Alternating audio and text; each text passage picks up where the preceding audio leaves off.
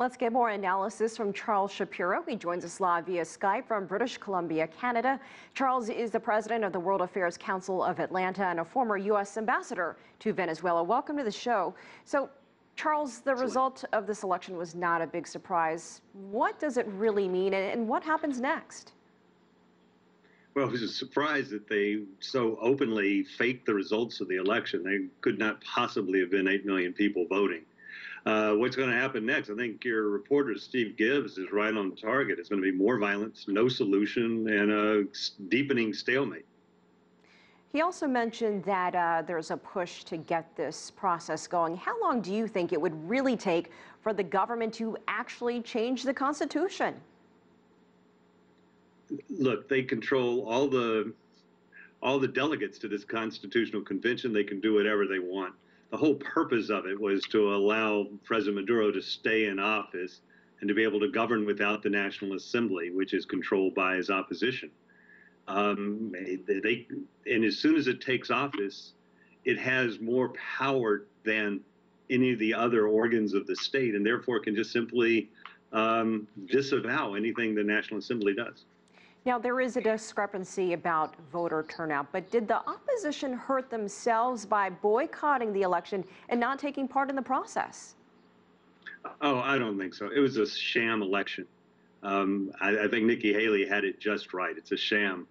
And then by inflating the number of votes, it's Maduro essentially cheating at playing solitaire with himself. Now, there have been reports of 10 more deaths on Sunday. Venezuela is continuing to see violence following Sunday's election. At what point, what will it take for all of that to end? Well, that's the question nobody knows the answer to. What Maduro has done over the past 24 hours is actually give a greater incentive for more violence from both sides and for the more radical parties within both sides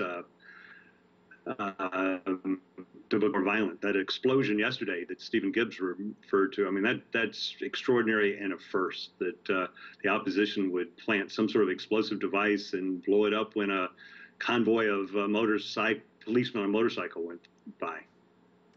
Now, there has been international reaction. A lot of countries, especially in the region, reacting to what happened. The United States is threatening more sanctions. Would more sanctions work? I doubt it. Frankly, listen. I just don't think that there's a halfway point, a negotiating point between Maduro and his idea of him and his party running the country without any connection to the voters of Venezuela and the will in Venezuela and to democracy. So I'm not sure that sanctions will turn him around. What is the answer then? What is the answer to bringing all sides together, ending the violence, getting Venezuela back on its feet? Well, first of all, countries will impose sanctions. I mean, it's just morally called for. And what those sanctions are, I mean, I'll leave that to the Trump administration and other countries decide what they're going to do. I think it's interesting the number of Latin American countries and the European Union, which have said that they simply won't recognize this election, don't recognize the results of the election. That's kind of interesting.